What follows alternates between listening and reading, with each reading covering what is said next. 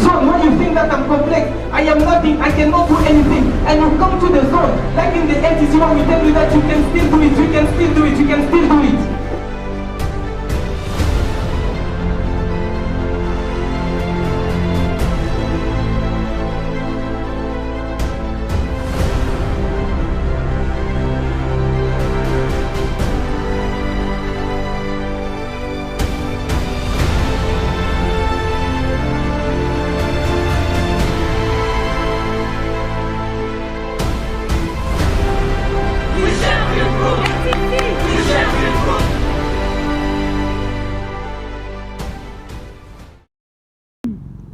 Hello everyone, my name is Arcel and Hong Kong doing electronic and mathematics at Crystal Giant College.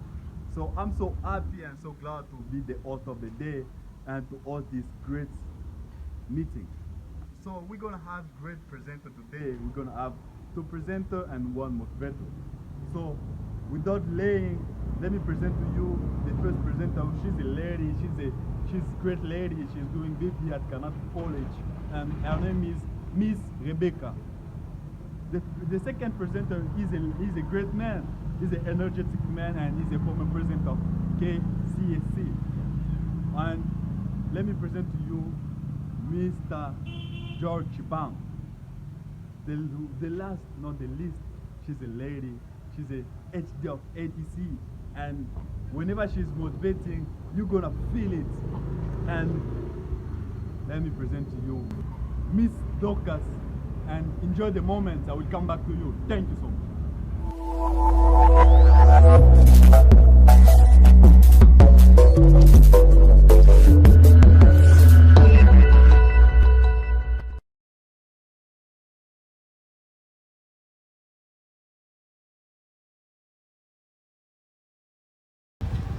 Good afternoon, ladies and gentlemen. My name is Rebecca Nombi, and I'm a Congolese. I'm a student of Canada College.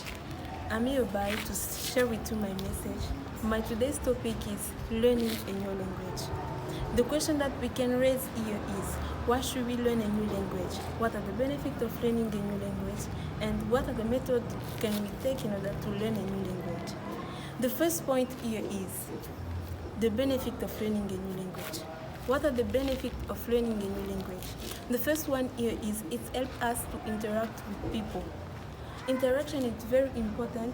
Communication is very important among people in order to express our feelings, to express ourselves.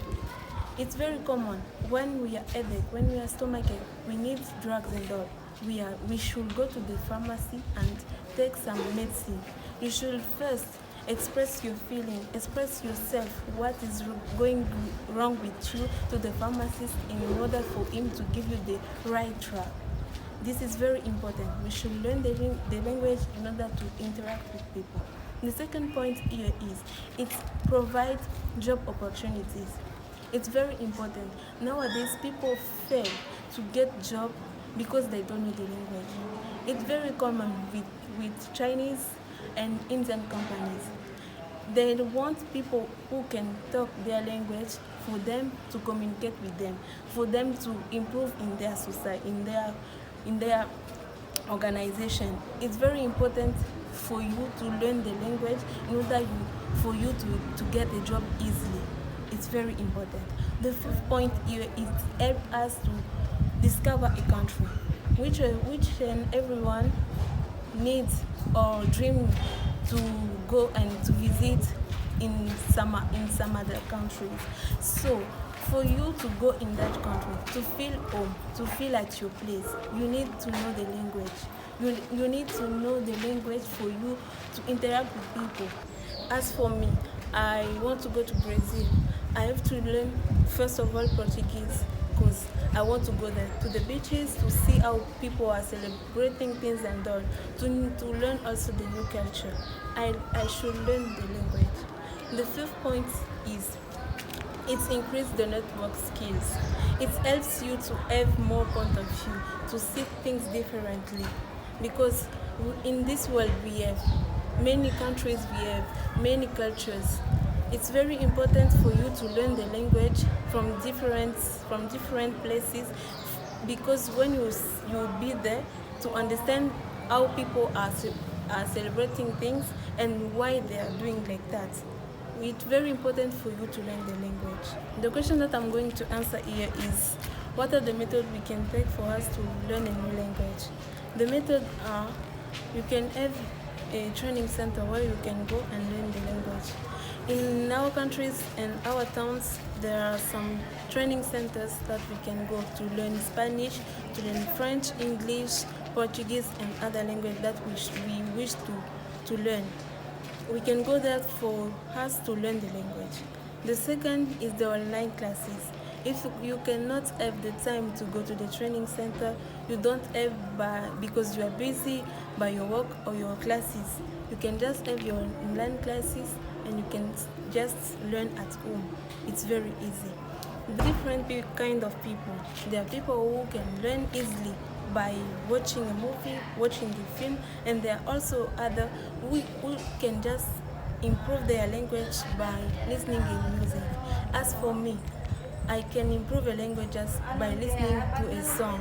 While I'm listening to a song, I'm just capturing the correct lyrics, and that also helps me. So it depends on you. If it's a film, just watch a film and you see that you are improving the language very easily. The other point here is, the most powerful way of you to learn a language is just through discussing or speaking with people around you. Just look for the person who can speak the language that you want to learn. As for me, I want to learn Portuguese. I should search for friends and people who can speak Portuguese for me to improve in that language. You can still have online classes, you can still go to a training center, but if you are not practicing it every day with people around you, that will be very difficult for you to learn that language and to improve. So I'm almost at the end of my topic, and my conclusion today, I want just to encourage each and everyone who has a plan of learning a new language. Do not stop you. Do not just be restricted on yourself. Go beyond your limits. Go beyond your imagination. I want you to learn a new language. It will help you in the upcoming days. As for me, I'm learning a new language. Don't worry, in the next video you will see me speaking a new language. I encourage you to go beyond your limits, and you will see that it will help you. I wish you a blessed day, and please stay at home, stay safe. I love you all. My name is Rebecca.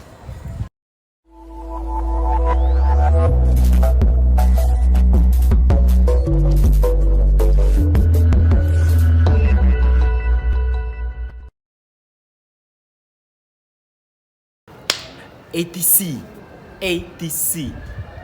Well, it's such a privilege to be here to share whatever we have as knowledge. You know, today is Thursday, and I really miss the moment that we come together as a family, we share in order to improve. But anyway, we found a way to come to your rooms, to your hostel, to your PG, to this online meeting in order to share and to improve, because we usually share in order to improve. So, first of all, let me introduce myself.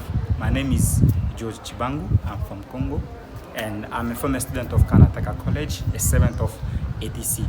And today I've brought a very interesting message for you, a very interesting presentation for you. So today I'll be speaking about how you can deliver a persuasive and fruitful speech.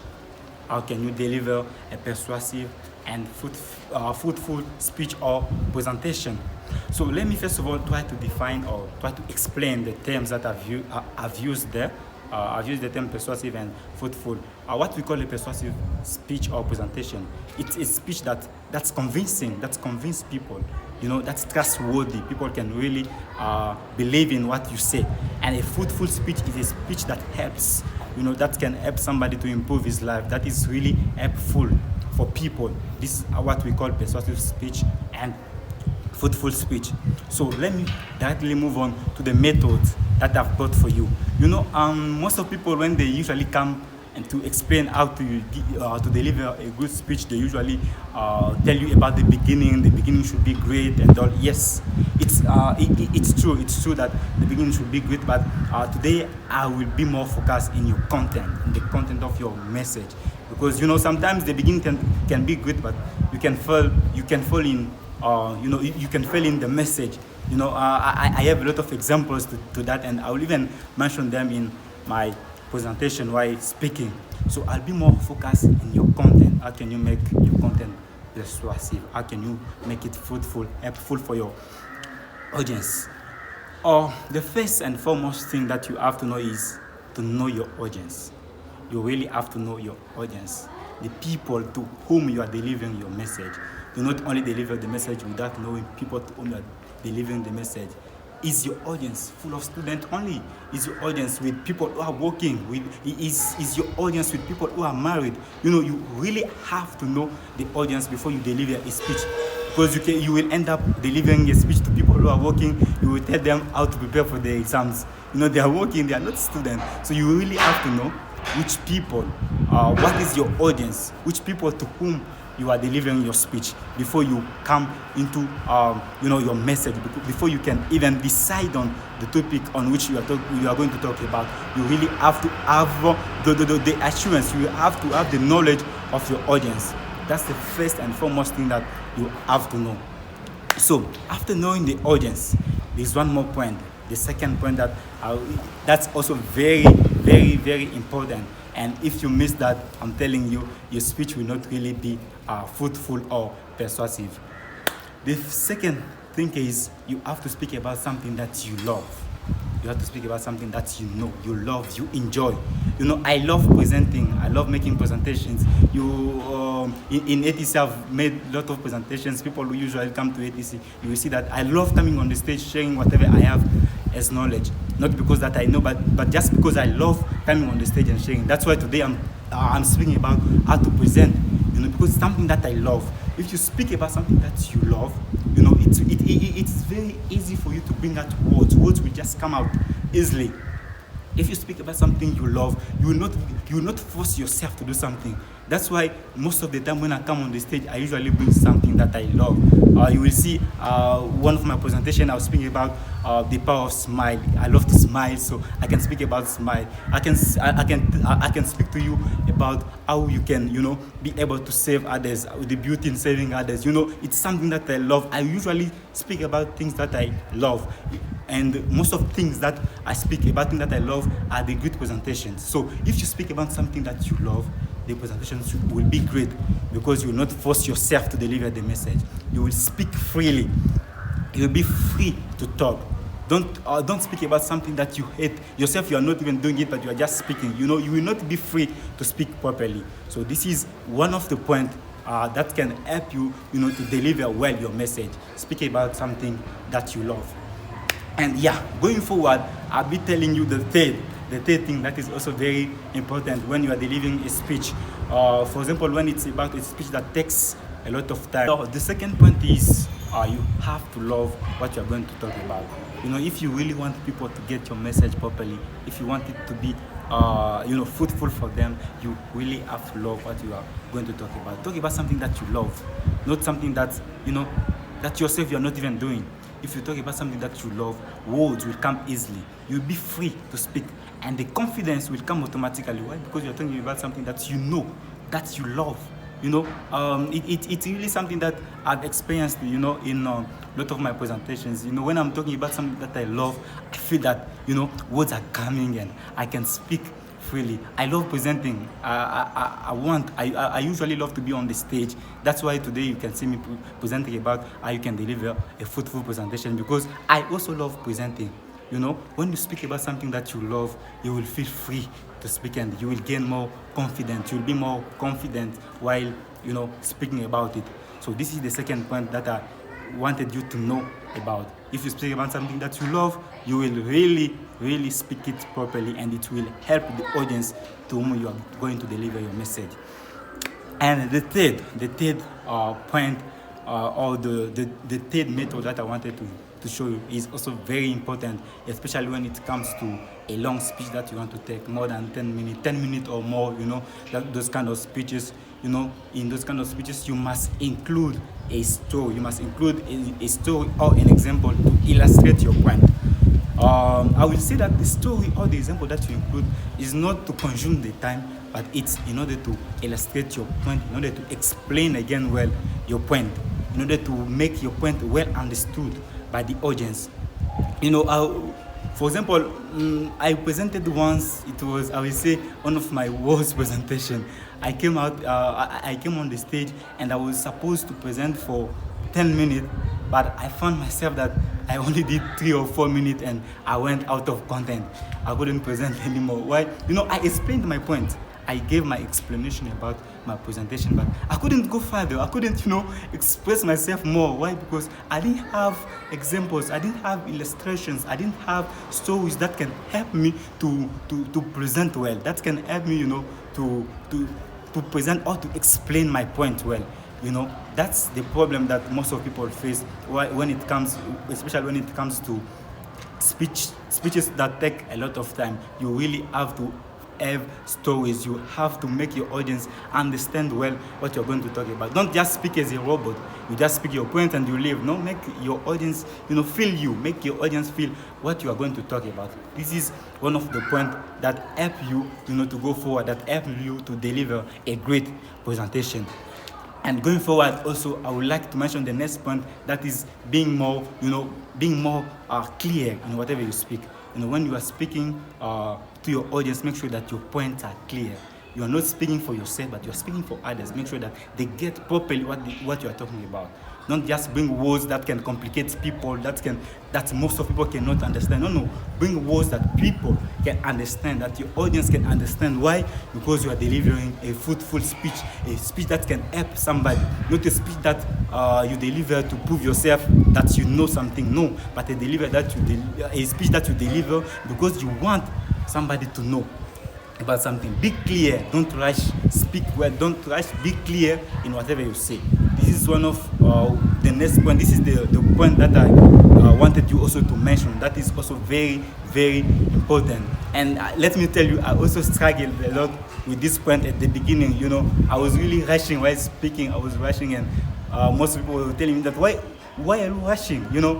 It's not good to rush. You really have to be clear, point by point. You speak and let people feel you. Let people understand each and every word that comes out of your mouth, that comes out your presentation. So this is the next point that I wanted you to take into consideration.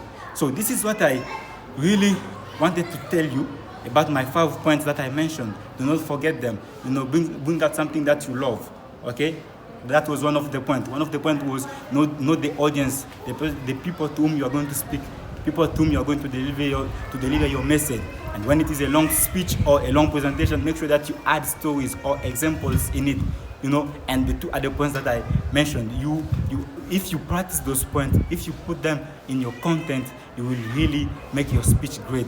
Again, I repeat, do not present to show yourself. Do not present to show that you also know how to present or you also have knowledge, but present because you want to help somebody, because you want to deliver a speech that will help somebody to improve in his life. So this is what I wanted to speak to you today, and I strongly believe that it has helped somebody to be more strong, to be more, I will say, to have more knowledge in the way that he can bring out good speeches or good presentation. So this was my time. Thank you for listening to me. So keep on listening to our online meetings. So be always connected. Please do remember, stay home and stay safe. So this was my time. Once again, my name is George Mangu. I'm a servant of ATC, and I love ATC, and I love you too who's listening to me now. Thank you.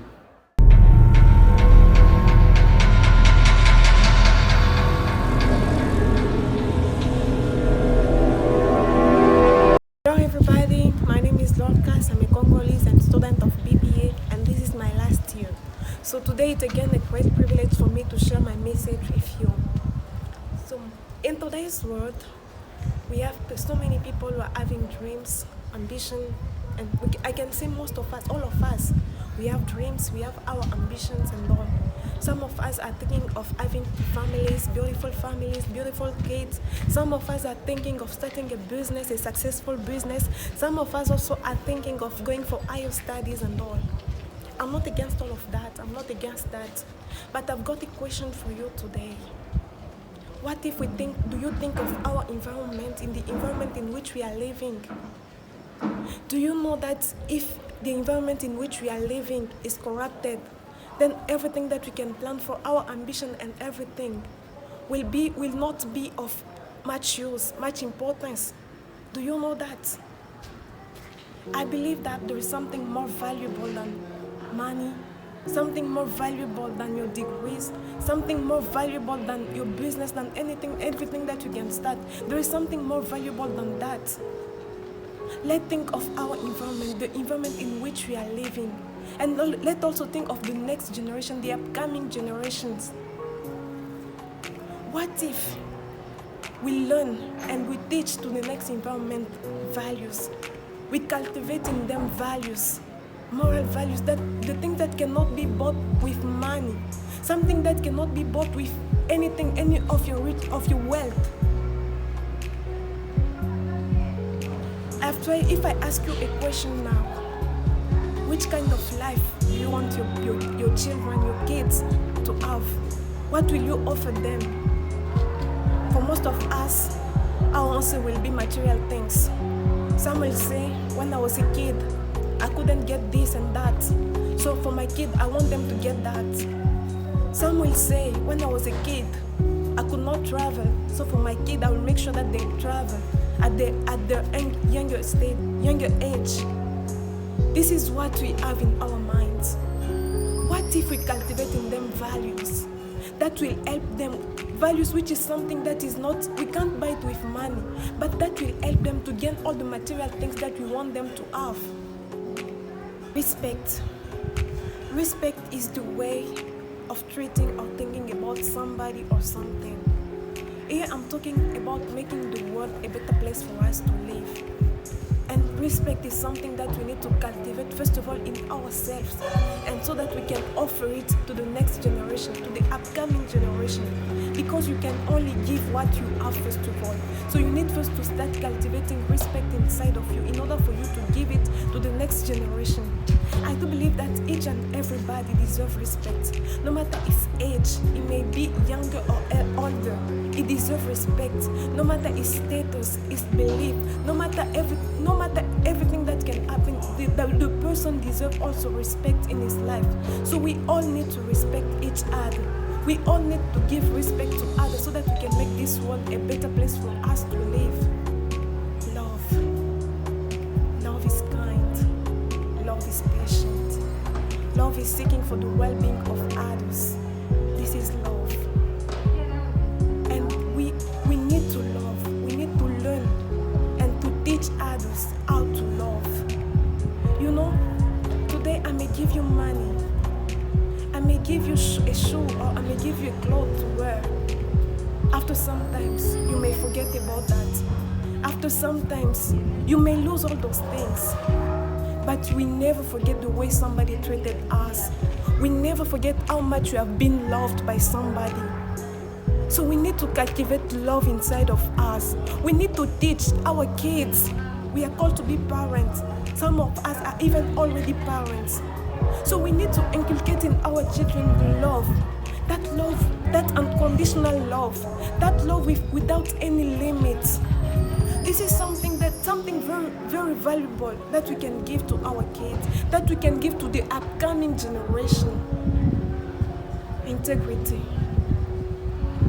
We need to learn how to be men and women of integrity. We need to learn how we can stand on our values, do the right things, even when nobody's watching at you, even when nobody's looking at you, but you can still do the right thing, do the things that you feel like it's right. It's not that when you find the person, everybody is doing what is telling, is doing something which is not right, that makes it right. But you need to stand on your values and do what is right. It's okay to be an open-minded person. It's okay to listen to others. But that should not push you to compromise to yourself. That should not push you to compromise to your values. Do the right things even when you are alone. Do the right things even when nobody is watching at you. Do the right things even there is nobody around you. This is how you can become a man and a woman of integrity. Giving. You know, there is power in giving. There is a greater joy in giving rather than receiving. Do you know why? Because when you are giving, you are putting a smile on someone's face. It's not about how much you give. It's not about material things, about money or anything. It's about giving what you can. You can give a smile. You can give joy. You can give your help to somebody. You can give your encouragement to somebody. And you will see the impact that it will produce in the future. You will see what it will create in the environment. It will help your way you are giving. You can make this place a better place for us to live. You can make this world a better place for us to live. Gratitude. This is another way of that we can create a better place. This is another way that you can make this place a best way for us to live. Be grateful for what you have. We need to learn how to be grateful so that we can teach also to the upcoming generation how to be grateful. Be grateful for what you have. Be grateful for the person that you are. It's okay to want more. It's okay to desire to have more. But that should not make you to forget to be grateful. That should not make you to forget to be grateful for what you have now. For the people who are around you. You need to cultivate gratitude in you. You need to cultivate that habit of being grateful for what you have. For people who are around you. And teach also others to be grateful. The person you are, the way you think, the way you feel, it's all the result of your values. The greatest wealth for which you can work for, and the greatest wealth that you can offer to your kids, to the next generation, is those values. That's the way that you can ensure that the world will always be a better place for us to live. That is the only way that you can make sure that in this world we can live safely. We can do everything in a peaceful way. You know, your money can be taken away from you. Your car can be taken away from you. Your houses can be taken away from you. Everything that you have can be taken away from you. Even your degrees can also be taken away from you. But your value will never ever be taken away from you. Because that is your wealth. That is your riches. I would like to end up my speech by saying, your values shape your decisions, and your decisions shape your life. Thank you, that was my time.